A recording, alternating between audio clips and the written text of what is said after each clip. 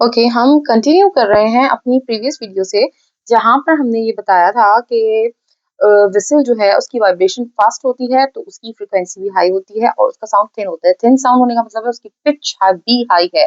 Pitch high है, frequency भी high होगी क्योंकि वाइब्रेशन बहुत तेजी से हो रही है। ठीक है, ये इन सब का आपस में ये रिलेशनशिप होता है। उसके बाद अगर आप ड्रम पर आ जाए तो आपको याद होगा कि ड्रम की आवाज बहुत भारी आवाज होती है। भारी आवाज है, इसका मतलब है उसकी पिच लो है। पिच लो है उसका मतलब उसकी वाइब्रेशन स्लो हो रही है, इसलिए उसकी पिच भी लो है। और जब पिच लो है तो उसकी फ्रीक्वेंसी भी लो है क्योंकि नंबर ऑफ वाइब्रेशन 1 सेकेंड में कम हो रहे हैं इसलिए। और डीप साउंड यानी कि भारी आवाज है।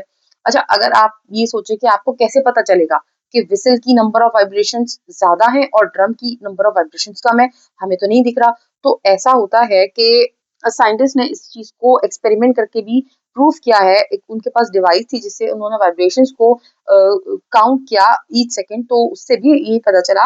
और जबकि आप वैसे भी नोटिस करें तो ड्रम का पता चलता है कि वाइब्रेशन उसमें कम हो रही है जबकि विसल की वाइब्रेशन तेज होगी। लेकिन ये एक्सपेरिमेंट करके भी प्रूव हो चुका है कि ड्रम में वाइब्रेशंस स्लो होती हैं, इसलिए उसकी आवाज भारी होती है। ठीक है, थाउजेंड्स।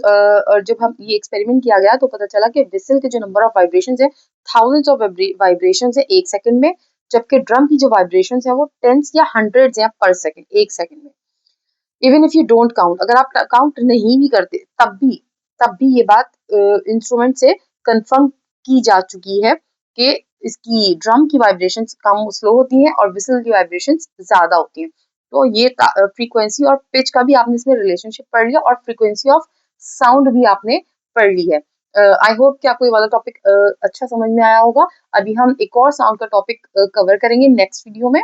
और चैनल को सब्सक्राइब करना ना भूलिएगा। Thank you, Allah Hafiz.